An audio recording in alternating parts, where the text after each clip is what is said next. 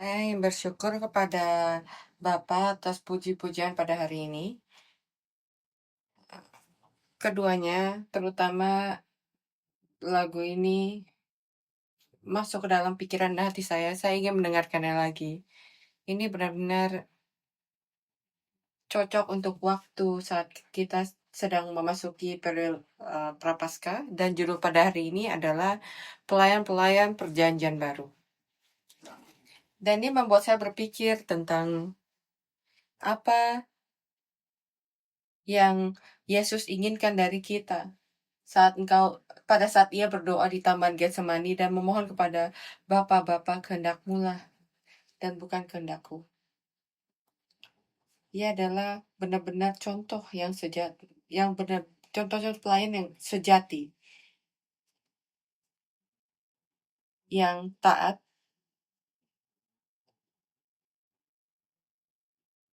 dan menaruh prioritas sebenarnya dalam pelayanan. Dan saya berdoa kamu dan saya bisa menjadi pelayan yang seperti itu di akhir zaman ini, yang tidak membuat doa Yesus menjadi doa yang tak berguna di Taman Getsemani, tetapi semoga doa itu terus dipenuhi dalam diri kita. Amin. Hari ini Rasul Paulus di 2 Korintus pasal 3 berbicara tentang pelayan di perjanjian baru. Dan ini bukan Alkitab, tapi dalam metodologi Yunani, salah satu hukuman yang dijatuhkan pada para dewa kepada seorang manusia adalah dengan memaksanya atau membuat mereka mengulangi tugas yang sama tanpa akhir. Ini disebut sebagai hukuman Sisyphus.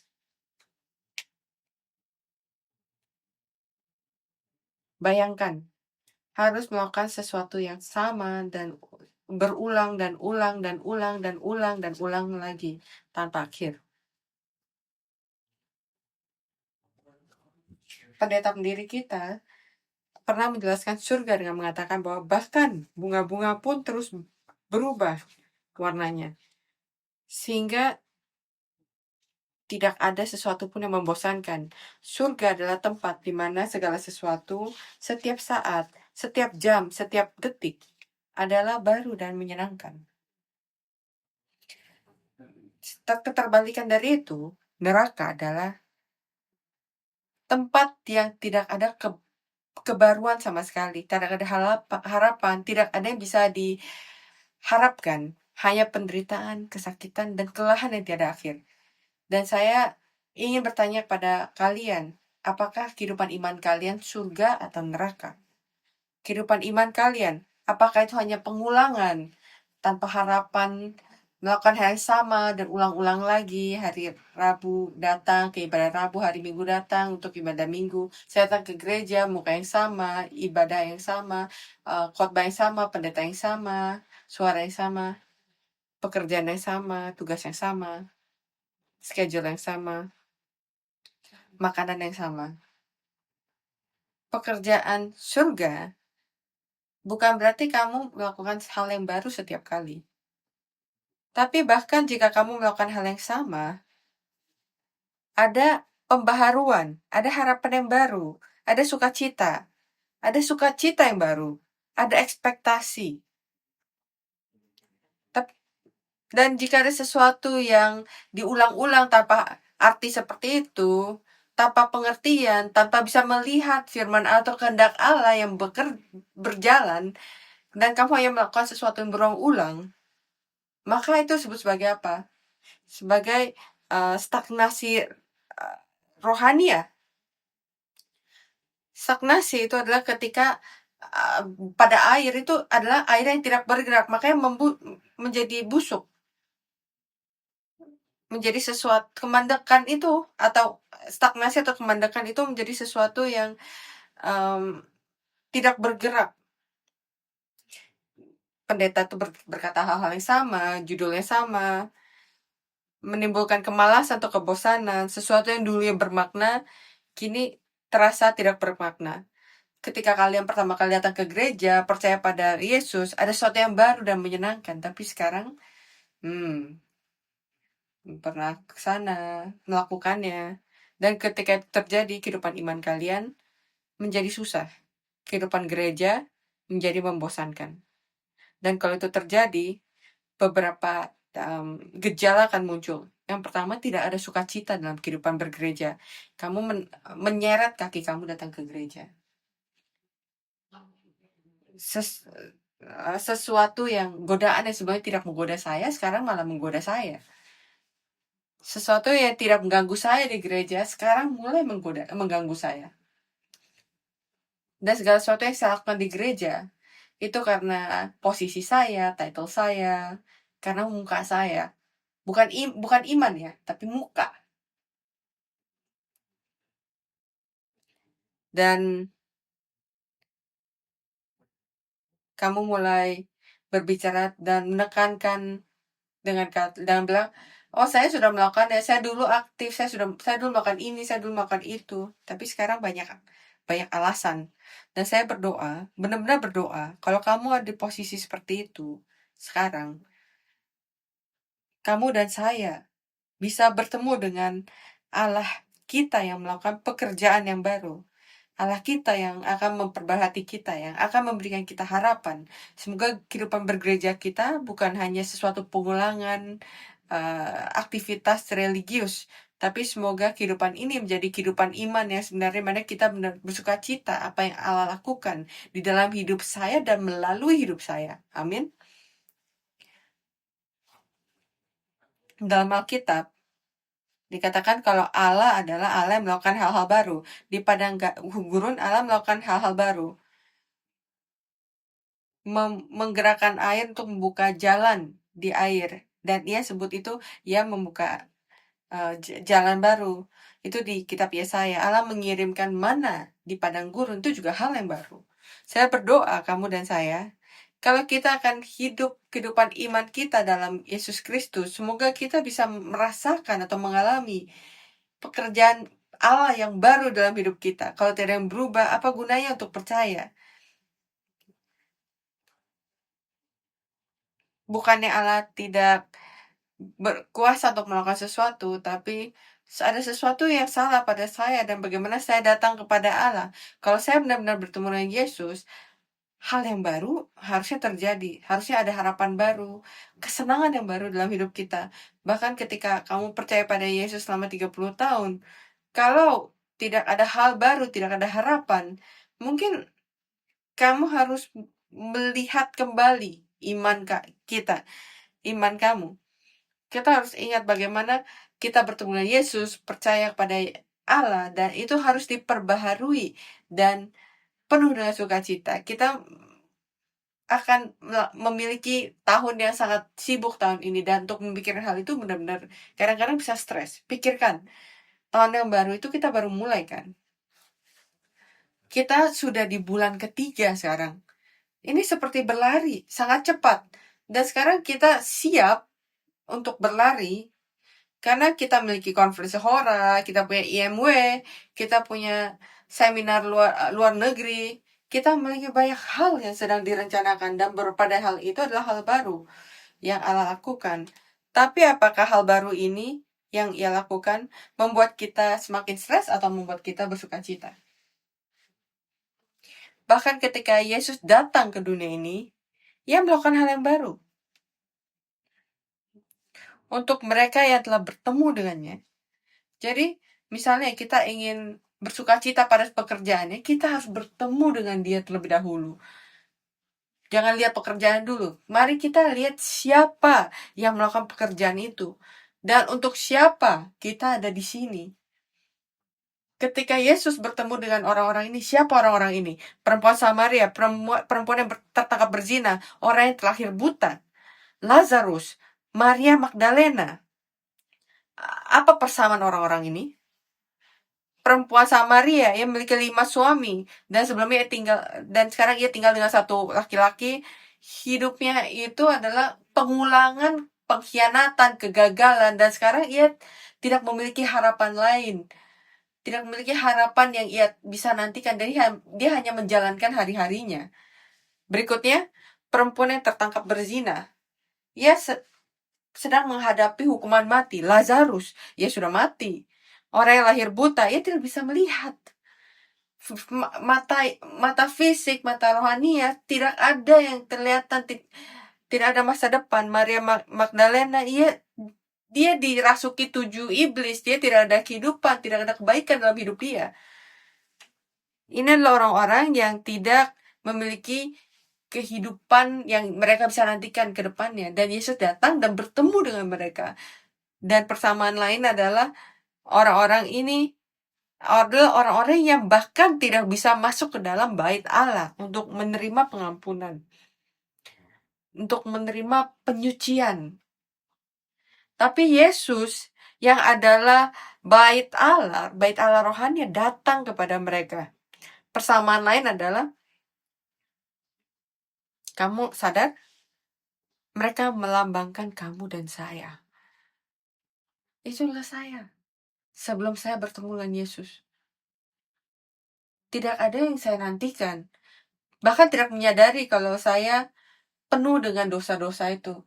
Dan saya tidak bisa, dan saya tidak berani untuk datang ke hadapan Allah.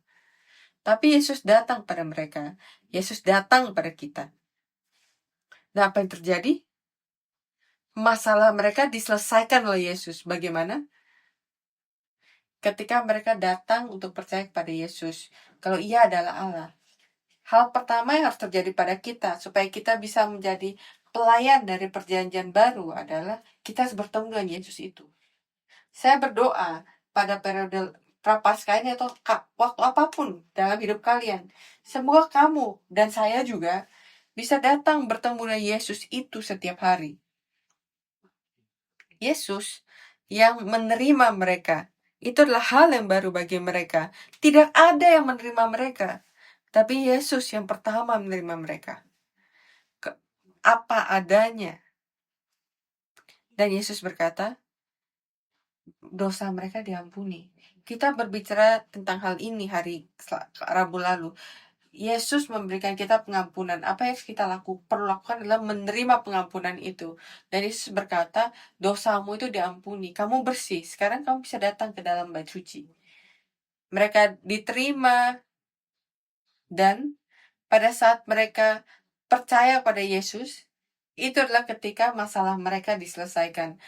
Semoga kita tidak melihat masalah yang kita miliki dalam keluarga kita, bisnis kita, hidup kita. Tapi mari kita pertama datang ke hadapannya. Saat kita percaya kepadanya, maka Ia bisa menyelesaikan masalah kita. Kamu percaya pada hal ini? Dari percaya kalau ini adalah Tuhan kita yang menyelesaikan masalah kita. Amin. Dan jadi datang kepadanya. Datang kepadanya. Mari tidak secara otomatis berpikir karena saya pendeta, percaya pada Yesus selama 20-30 tahun, saya percaya pada Allah, saya bertemu dengan Dia. Mari kita secara proaktif bertemu dengan Dia sekali lagi. Bukan seperti itu ya. Jadi kita harus secara proaktif dan Ia bisa datang pada kita. Dan semoga kita bisa diterima oleh Yesus. Dan pada saat hal itu terjadi, orang-orang ini bisa menjadi pelayan-pelayan dari perjanjian baru. Ini adalah orang yang pergi, dan karena orang-orang ini, orang-orang lain percaya pada Yesus. Ini bukan Yesus berkata, karena saya menyembuhkan kamu, karena saya membuka mata kamu, maka kamu menginjil. Enggak seperti itu. Mereka mengalami kasih itu, mereka mengasihi pembaharuan itu, mereka mengalami kekuatan itu, dan apa yang mereka lakukan? Mereka jujur dengan apa yang terjadi pada mereka. Dan itu menjadi penginjilan. Itu menjadi proklamasi dari Injil. Semoga hidup kamu dan hidup saya bisa menjadi seperti itu. Semoga kita tidak harus memaksa diri kita untuk menginjil, tapi semoga hidup kita bisa menjadi penginjilan. Amin. Jadi, poin pertama, apa ciri-cirinya? Apa ciri-ciri dari pelayan dari perjanjian baru? Pekerja Allah di tahun 2026 di Gereja Sion, kita bukanlah pelayan dari perjanjian lama, kita pelayan dari perjanjian baru. Amin. Dan Alkitab berkata dalam bacaan hari ini, kita lebih unggul Kita di kondisi yang lebih baik, situasi yang lebih baik dari pelayan di perjanjian lama. Di perjanjian lama, Nabi, bahkan Abraham, Nuh, mereka tidak memiliki Yesus. Mereka menunggu datangnya Mesias. Tapi kamu dan saya, kita sudah memiliki Yesus. Kebangkitannya, hidup yang ia berikan kepada kita. Ia menjanjikan pada kita perjanjian yang baru ini. Dan perjanjian yang baru ini dalam bahasa Yunani, kata baru itu adalah kainos. Ada dua kata di dalam bahasa Yunani yang berarti baru. Yang pertama adalah neos. Yang kedua adalah kainos. Neos itulah baru dalam hal waktu. Hari ini adalah baru dibanding kemarin. Ketika mobil datang tahun ini dan model yang baru datang tahun depan, itu yang baru. Karena ia datang keluar tahun depan. Secara waktu, itu baru. Tapi kainos bukan hanya ketika ini datang atau tentang waktu, tapi tentang kualitas dan substansi. Ini bukan hati yang baru. Yang kamu ditransplant, kamu punya hati yang baru, tapi kualitas dan substansi dalam hati dan pikiran kamu tuh diperbaharui. Perjanjian yang baru ini adalah perjanjian Yesus berikan kepada kita. Dan apakah kamu percaya kalau Yesus, Allah kita, dengan pasti akan memenuhi janji ini? Amin. Apa janji yang diberikan kepada kamu dan saya? Untuk setiap orang, Yesus dan Allah, Bapa kita memberikan janji yang berbeda-beda, saya percaya. Tapi secara keseluruhan, Ia memberikan janji kebangkitan dan hidup kekal, transfigurasi. Dan itu adalah Allah yang menjanjikan dia. Saya percaya kalau Allah pasti akan memenuhinya. Jadi perjanjian baru ini adalah kekal. Bacaan hari ini berkata, perjanjian lama itu apa yang tersurat, apa yang dituliskan. Ini berbicara tentang hukum dari Musa. Tapi perjanjian yang baru adalah roh. Roh yang membuat kita bisa mengerti Injil. Markus pasal 1 ayat 15 dan Roma pasal 1 ayat 16-17. Berkata kepada kita, Ia datang memberikan kepada kita di waktu yang tepat Injil itu. Ia adalah Injil. Ia memberikan kita roh untuk mengerti kebenaran itu. Dan perjanjian baru ini memberikan hidup. Perjanjian lama itu tidak memberikan hidup. Ia tidak membunuh kamu. Tapi misalnya di Roma pasal 7 ayat 5.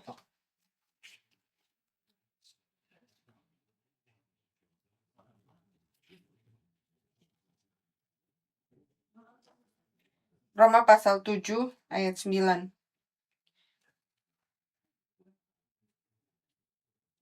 Dahulu aku hidup tanpa hukum Taurat, tetapi sudah datang perintah dosa mulai hidup. Jadi artinya saya dulu tidak tahu kalau itu adalah dosa, tapi sekarang karena kita sudah tahu itu dosa, kita tahu kalau itu membunuh kita.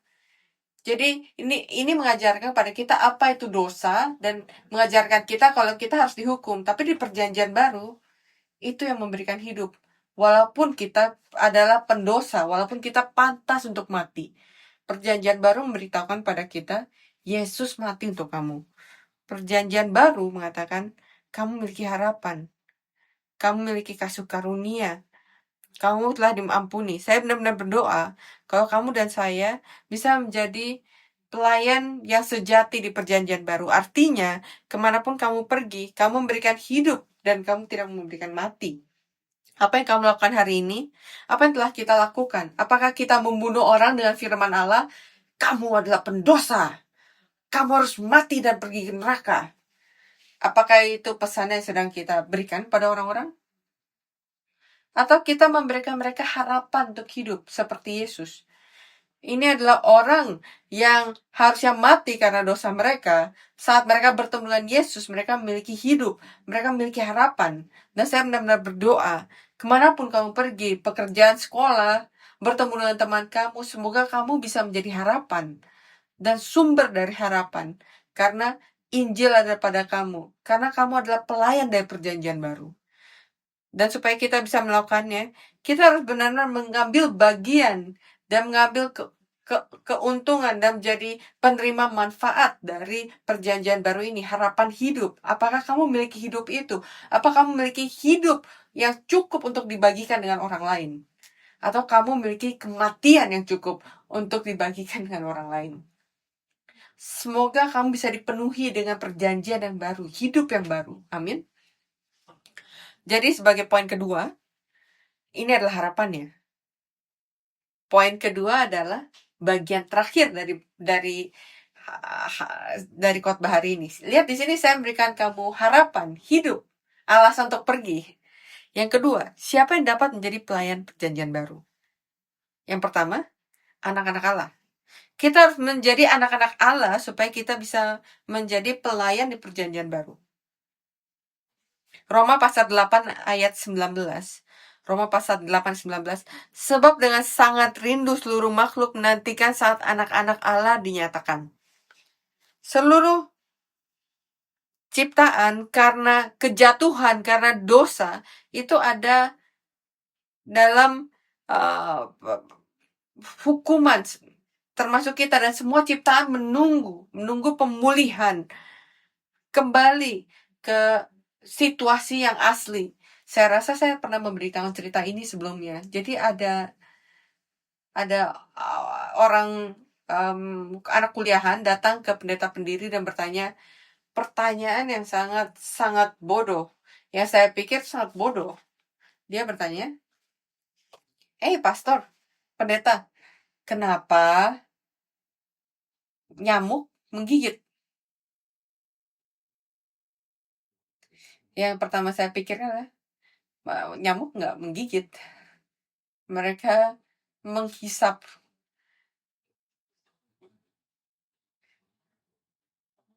Tapi itu di musim kemarau, dan kita sedang duduk di luar dan setiap orang sedang memukul-mukul nyamuk. Dan itu sebabnya anak perempuan itu bertanya kepada pendeta, kenapa nyamuk tuh gigit? Tujuannya adalah jika Allah itu baik, kenapa ia membuat serangga itu sangat buruk yang membuat kita sakit, yang membuat kita gatal? Tujuannya adalah bukannya ini salah dari Allah untuk menciptakan sesuatu yang buruk. Apa yang kamu pikirkan terhadap jawaban itu? Saya pernah pikir itu adalah pertanyaan bodoh. Oh tidak, ini sangat memalukan. Kenapa ini ia menanyakan pertanyaan itu pada pendeta itu? Terus saya pikirkan, oh ya lumayan bagus juga ya pertanyaan ini ya. Kenapa alam menciptakan nyamuk untuk mengganggu kita? Kenapa alam menciptakan kecoa? Kenapa? Dan pendeta pendiri jawabannya apa? Mereka tidak ingin menggigit kamu. Ia tidak ingin menyakiti kamu. Tapi susunan ciptaan itu sudah kacau balau ketika manusia itu berdosa. Jadi semuanya menjadi kacau balau. Mereka melakukan sesuatu yang mereka tidak inginkan. Saya pikir, wow, itu adalah pertanyaan yang sangat bagus ya. Dan itu yang dikatakan oleh kitab Roma ini. Semua makhluk menantikan saat anak-anak Allah dinyatakan, karena mereka sakitan, mereka melakukan sesuatu yang tidak ingin mereka lakukan.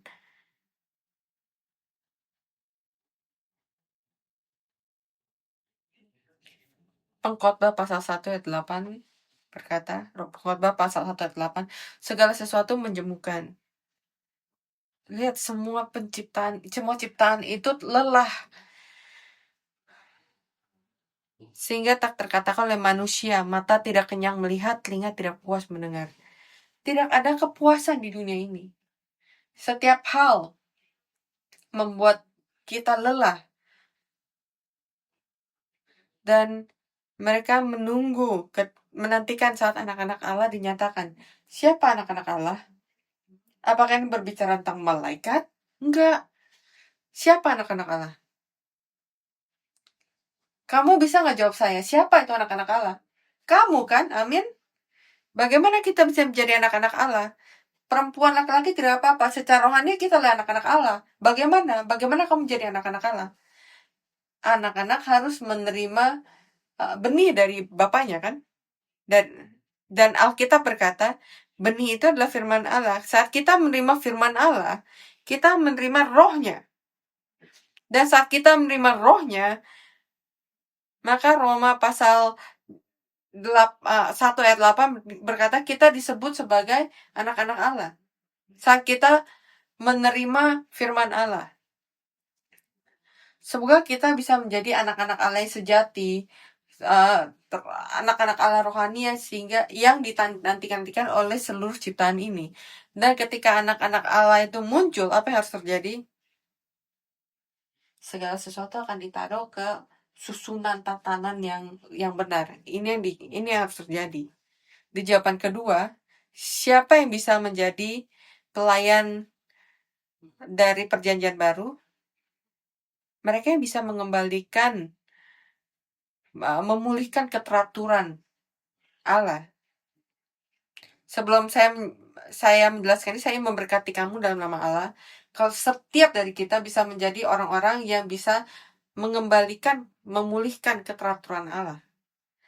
Ketika Allah menciptakan pada awalnya, penciptaan 6 hari, dan hari ke-7 Sabat, itulah tentang Allah menaruh segala sesuatu di tatanan yang benar. Kejadian pasal 1 ayat 2 berkata kalau semua itu kacau kan. Tidak ada yang ada di susunan yang benar. Jadi Allah mengucapkan firman-Nya, Allah berkata, jadilah terang. Dan apa yang Allah katakan menjadi benar karena ada terang. Iya kan? Dan ketika terang itu diciptakan, terang dan gelap itu terpisah dan semua ditaruh dalam tatanan yang benar. Hari kedua. Dan berikutnya. Jadi apa yang terjadi adalah ketika firman Allah diproklamasikan, ketika kamu mendengar firman Allah dan dipenuhi di dalam kamu, maka itu akan memberikan keteraturan di dalam diri kamu. Dan ini telah sesuatu yang dibuktikan. Saya telah lihat, saya telah rasakan, dan banyak orang juga, mereka yang benar-benar menerima dan mengerti dan hidup sesuai dengan firman Allah, hidup mereka menjadi teratur. Orang-orang Allah, hidup mereka teratur. Bukan sesuatu yang kacau balau. Tapi ketika firman Allah, roh Allah meninggalkan kita, maka segala sesuatu menjadi kacau balau. Rumah kamu, keluarga kamu. Saya percaya kalau Allah akan menaruh keluarga kamu, rumah kamu di tatanan yang benar. Kalau firman Allah, terang Allah datang padamu. Dan dia akan Shan juga berdoa semoga bangsa ini bisa teratur. Dan supaya ini terjadi, apa yang harus kita lakukan? Firman Allah harus diproklamasikan di dalam bangsa ini. Dan sebagai umat Allah, bukan hanya kita harus mencari keteraturan, kita harus memproklamasikan firman dan terang Allah ke dalam kegelapan di dunia ini, sehingga mereka bisa datang ke aturan yang benar. Ada gereja yang sedang kacau, ada bangsa yang sedang kacau. Apa yang mereka perlukan? Apa yang mereka perlukan? Mereka perlu kalian untuk membawa firman. Amin? Enggak? Dan saya berdoa ini yang dilakukan oleh gereja Sion, atau setidaknya sedang kita coba lakukan. Kita menginvestasikan waktu, uang, energi, usaha dengan mencoba untuk memproklamasikan firman ini ke gereja yang berbeda di luar sana, di negara-negara yang berbeda. Dan saat saya mendengar anthem pada hari ini, ketika Yesus berkata, semoga kehendak-Mu yang terjadi bukan kehendak saya, Ini membuat saya berpikir, apa yang ingin saya lakukan dan apa yang Allah ingin saya lakukan. Apa yang gereja Sion ingin lakukan lawan apa yang Allah ingin gereja Sion lakukan. Karena apa yang saya ingin lakukan adalah untuk menjadi lebih nyaman, lebih gampang, untuk tidak menghabiskan uang, tidak menghabiskan energi, dan hanya diam saja. Itu yang saya inginkan. Secara jujur, pendeta kamu adalah pendeta yang sangat malas. Apa yang saya inginkan, saya hanya ingin tenang. Saya tidak ingin bertemu dengan orang-orang. Saya hanya ingin tinggal di dalam kantor saya. Benar. Evangelis Nick bisa berkata hal itu. Tapi apa yang Allah ingin saya lakukan atau kita lakukan, itu pertanyaan yang sangat besar.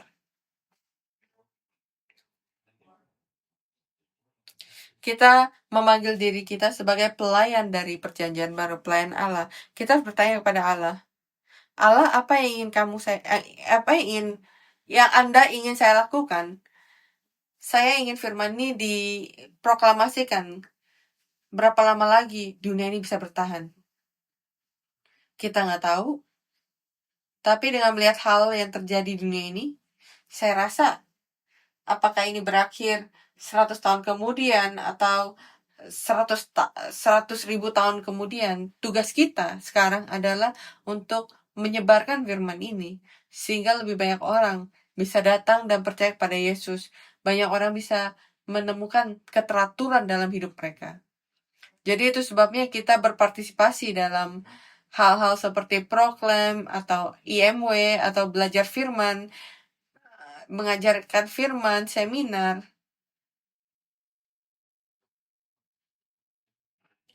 Saya bertanya pertanyaan ini, saya pernah ditanyakan pertanyaan ini. Kenapa kita melakukan ini? Kenapa kita menginvestasikan begitu banyak hal? Apakah ini membuat perubahan?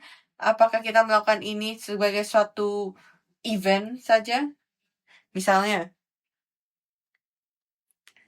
saya bisa bilang ini dengan data. Karena kita telah melakukan IMW beberapa kali, dan kita telah melakukan proklaim beberapa kali. Melalui 100 orang yang datang ke sini, itu menjadi 1.000, 10.000, bahkan 100.000. Saya tidak menambah-nambahi. Ini real. Ini dari event-event yang besar ini. Datang pendeta yang menemukan visi dalam pekerjaan ini. Mereka pergi ke negaranya dan mereka mulai menyebarkan benih. Kita sudah memiliki ratusan ribu orang yang mendengarkan firman ini hari ini. Karena beberapa orang yang datang ke Singapura atau ke Korea. Dan baru-baru saja kita memiliki proklaim di Korea tahun lalu, dan setelah konferensi proklaim itu, Mesir terbuka. Tentu saja kita memiliki pendeta Mesir yang sedang bekerja dengan kita, tapi mereka datang ke Korea untuk mengikuti proklaim ini. Dan sesudah mereka datang dan melakukan Bible study, mereka pulang dan berkata, saya ingin memulai Hora 120. Saya ingin mengumpulkan pendeta-pendeta dan memiliki seminar. Itu sebabnya tahun ini kita memiliki seminar di Mesir. Dan di antara partisipan itu, dari proklaim, mereka pulang dan mereka berkata, kami membagi firman ini dengan pendeta yang ada di Kazakhstan. Dan kita berkata, kita sudah berdoa, semoga Allah membuka pintu jalan ke Asia Tengah, ke keluarga bangsa Tan, Kazakhstan, Uzbekistan, dan Tan yang lain. Dan akhirnya kita ingin masuk ke dalam Rusia. Dan orang ini setelah proklaim berkata, hey, saya tahu pendeta yang ada di Kazakhstan yang menyebarkan gereja di negara-negara Tan ini dan Rusia, dan kalau kamu datang ke seminar, maka pendeta ini akan memanggil pendeta dari bangsa-bangsa itu untuk mendengar firman di Kazakhstan. Kita bahkan tidak perlu ke sana, mereka kan datang ke sini. Apakah ini penting untuk memiliki IMW, bahkan untuk satu orang seperti ini? Iya. bangsa itu terbuka. Ya. Dan setelah seminar ini kita pergi, dan tidak hanya berhenti di setelah event ini, pendeta yang datang ke seminar ini, mereka belajar melalui Hora Academy dan Berit, seminar teologi, dan akhirnya menjadi gereja-gereja afiliasi kita. Dan gereja dan network gereja kita akan menjadi lebih tersebar secara global. Itu yang sedang kita investasikan. Dan beberapa dari kalian memiliki bisnis. Ketika bisnis kalian maju, apa langkah berikutnya yang akan kalian lakukan? Kamu ingin punya cabang franchise? Itu adalah hal yang natural dan proses. Ini adalah bisnis Allah. Dan dalam bisnis Allah, tujuan kita bukan hanya mencari uang. Kita bahkan akan menghabiskan banyak uang. Itu bukan untuk membuat gereja lokal ini menjadi besar. Pertanyaannya adalah, tujuannya adalah berapa banyak orang yang bisa datang percaya pada Yesus, berapa banyak gereja yang bisa dibentuk sesuai dengan kehendak Allah, berapa banyak bangsa yang bisa datang pada Tuhan. Dan kita ingin berpartisipasi dalam pekerjaan itu. Berapa banyak yang bisa bertemu dengan Yesus seperti orang-orang yang kita sebut di awal, orang-orang Samaria, perempuan Samaria, Mari Magdalena, Lazarus, berapa banyak orang di sana yang bisa menemukan hidup. Dan saya ingin bertanya pada kalian, berapa banyak telah kamu investasikan dalam pekerjaan ini? Waktu kamu, materi kamu, dan doa kamu. Saya ingin membuat ini sangat jelas pada kalian. Pekerjaan ini, Hora 120, Hora Academy, IMW, Proclaim, ini bukan dilakukan atau di support oleh offering atau perpuluhan. Dan jangan pikir kamu memberikan persembahan di sini kamu berpartisipasi.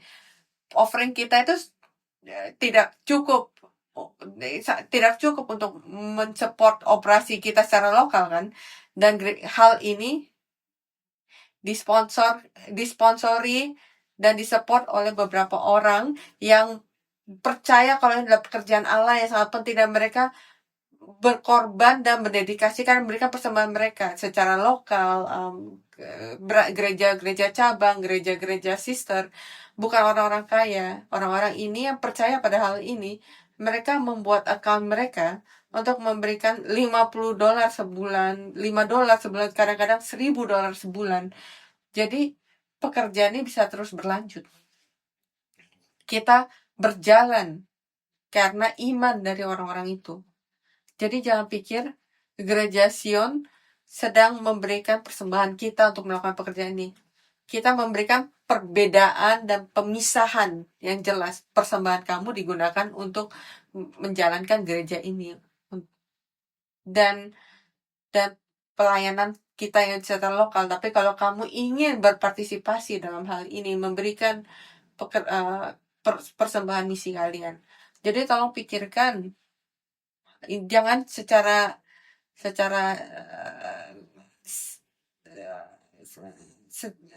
ringan, tapi tolong kamu pikirkan mendalam, karena kamu ada menjadi bagian dari gereja ini. Dan pada saat kamu pergi ke surga, Allah akan bertanya, apa yang telah kamu lakukan untuk pekerjaan misi saya? Kamu bisa berkata, saya menyanyi di saya duduk di kursi. Tapi apa hal lain yang ingin kamu katakan?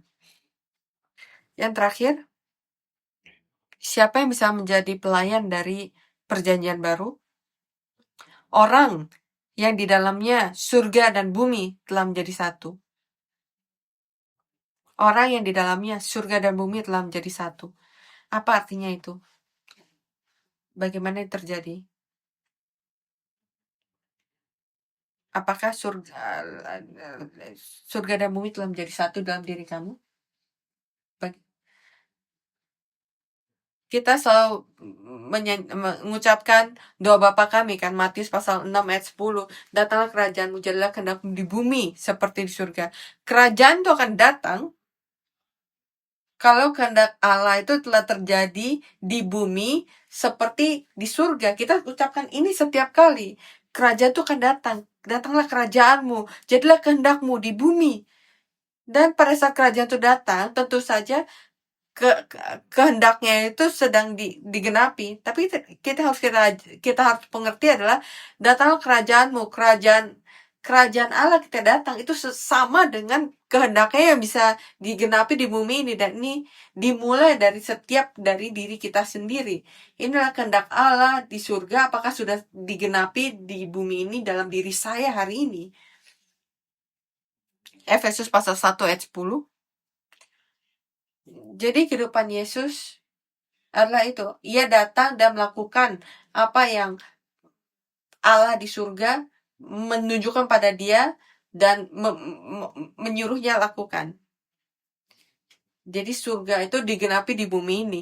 Efesus pasal 1:10. Sebagai persiapan kegenapan waktu untuk mempersatukan di dalam Kristus sebagai kepala segala sesuatu, baik yang di surga maupun yang di bumi.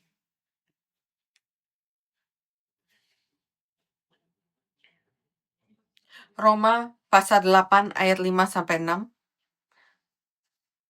Sebab mereka yang hidup menurut daging memikirkan hal-hal yang dari daging, mereka yang hidup menurut roh memikirkan hal-hal dari roh. Karena keinginan daging adalah maut, tetapi keinginan roh adalah hidup dan damai sejahtera. Jadi pikir hal-hal rohania dan hal-hal kedagingan. Surga lawan dunia. Apakah dagingmu, bumi ini, dunia ini mengikuti surga? Roh, mana yang lebih kuat? Apa kamu memberikan hal-hal rohani untuk mengikuti hal-hal kedagingan kamu? Atau hal-hal kedagingan kamu belajar untuk menaati dan mengikuti hal-hal rohani? Itu adalah kehidupan iman. Kita sedang berlatih. Dan sedikit demi sedikit kita belajar untuk membuat daging kita mengikuti roh. Dan bukannya roh yang mengikuti daging. Mana yang lebih baik, lebih tinggi? Kekuatan lebih besar dalam hidup kamu? Daging atau roh? Itulah ketika daging belajar untuk berada di bawah roh dan mengikuti hal-hal rohania. Maka langit dan bumi menjadi satu. Pikiran atas roh harus menang. Semoga kita berlatih dalam kehidupan sehari-hari kita, terutama waktu Prapaskah ini. Semoga kita belajar untuk mengikuti roh, bukannya pikiran kamu atau roh kamu, tapi roh Allah. Kalau kamu bilang amin, saya akan masuk dalam kesimpulan. Amin? Amin, terima kasih. Saya memang ingin menyimpulkan, jadi kesimpulan, bagaimana kita menjadi pelayan perjanjian baru? Bagaimana kita menjadi pelayan perjanjian baru? Mari saya tanyakan, apakah kamu ingin menjadi pelayan perjanjian baru? Amin? Jadi bagaimana?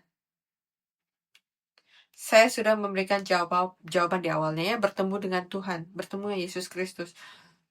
Jangan pikirkan tentang pekerjaan lebih dahulu, tapi pikirkan kamu bekerja untuk siapa. Kenapa kita harus bekerja? Dan pertanyaan itu hanya dijawab kalau kamu bertemu dengannya. Kami yang perempuan Samaria itu, ia bertemu dengan Yesus sebelumnya, ia tidak punya harapan atas hidup, tidak ada apapun, tidak ada tujuan. Tapi ketika ia bertemu dengan Yesus, setelah ia bertemu dengan Yesus, ia percaya kalau ini adalah Mesias. Tidak ada yang menyuruh dia untuk pergi, tapi ia pergi kembali ke Samaria dan menginjil orang-orang ini. Ia menjadi pelayan dari perjanjian baru ini. Ini semua dijelaskan kepada dia ketika ia bertemu dengan Yesus. Ketika ia benar-benar mengerti siapa orang itu. Saat ia menyadari kalau ia telah diterima olehnya. Jadi saya ingin berdoa dan meminta engkau bertemu dengan Yesus sekali lagi. Dan semoga engkau menyadari kalau engkau telah diterima oleh Yesus. Amin. Dan ia berkata, kamu adalah anakku, anak perempuanku, anak laki-lakiku. Kembalilah, aku mengasihi engkau. dan segala sesuatu yang lain akan ikut. Pasti akan ikut. Yohanes pasal 6 ayat 28-29. Lalu kata mereka kepadanya, apakah yang harus kami perbuat supaya kami mengerjakan pekerjaan yang dikehendaki Allah? Jadi bahkan murid juga ingin melakukan pekerjaan Allah. Dan lihat apa yang dikatakan Yesus pada mereka. Jawab Yesus pada mereka, inilah pekerjaan yang dikehendaki Allah, yaitu hendaklah kamu percaya kepada Dia telah diutus Allah. Percaya kepada Dia dulu. Percaya pada saya dulu. Maka kamu bisa melakukan pekerjaan Allah. Kolose pasal 2 ayat 2-3. Supaya hati mereka terhibur dan mereka bersatu dalam kasih, sehingga mereka memperoleh segala kekayaan dan keyakinan, pengertian, dan mengenal rahasia Allah, yaitu Kristus. Sebab di dalam Dialah tersembunyi segala harta, hikmat, dan pengetahuan. Kita bisa menjadi pelayan dari rahasia Allah saat kita mengerti rahasianya. Dan apa berkat dan buahnya? Dari menjadi pelayan perjanjian baru Allah, kita sudah baca sebelumnya, tapi ini adalah hidup dan damai, mengikuti hal-hal roh. Roma pasal 8 ayat 5-6 mengatakan ini akan membawa kita pada terang dan hidup dan damai. Semoga ini bisa mengizinkan kita untuk mendapatkan hidup kekal dan kedamaian dalam hidup kita. Semoga kita, walaupun kita menghadapi tahun yang sibuk, bahkan dalam melakukan pekerjaan yang sibuk itu, semoga ada sukacita dan kedamaian dalam hidupmu. Semoga ada berkat yang besar dalam keluarga kita, Gereja Sion, dan kita bisa menemukan berkat yang besar dalam hidup kita.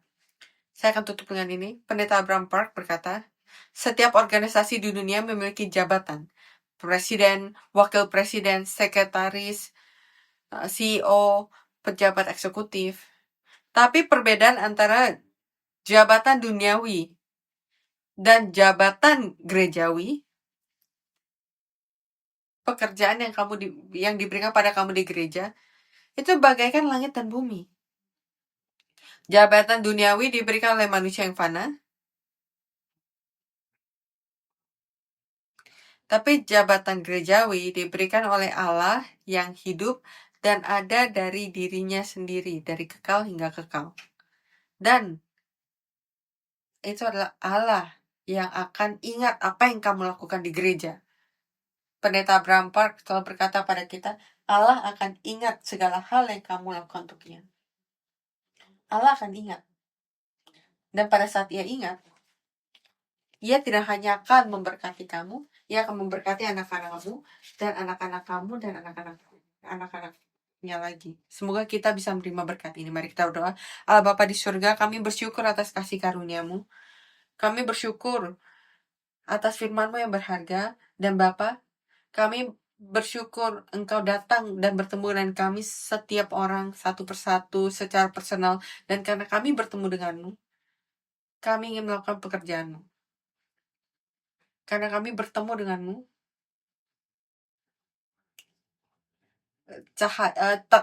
api ini, semangat ini adalah diri kami. Dan setiap dari kami yang sedang mandek atau menghadapi kesulitan, kami berdoa Bapa, semoga Engkau bisa datang dan bertemu dengan kami dan menerima kami.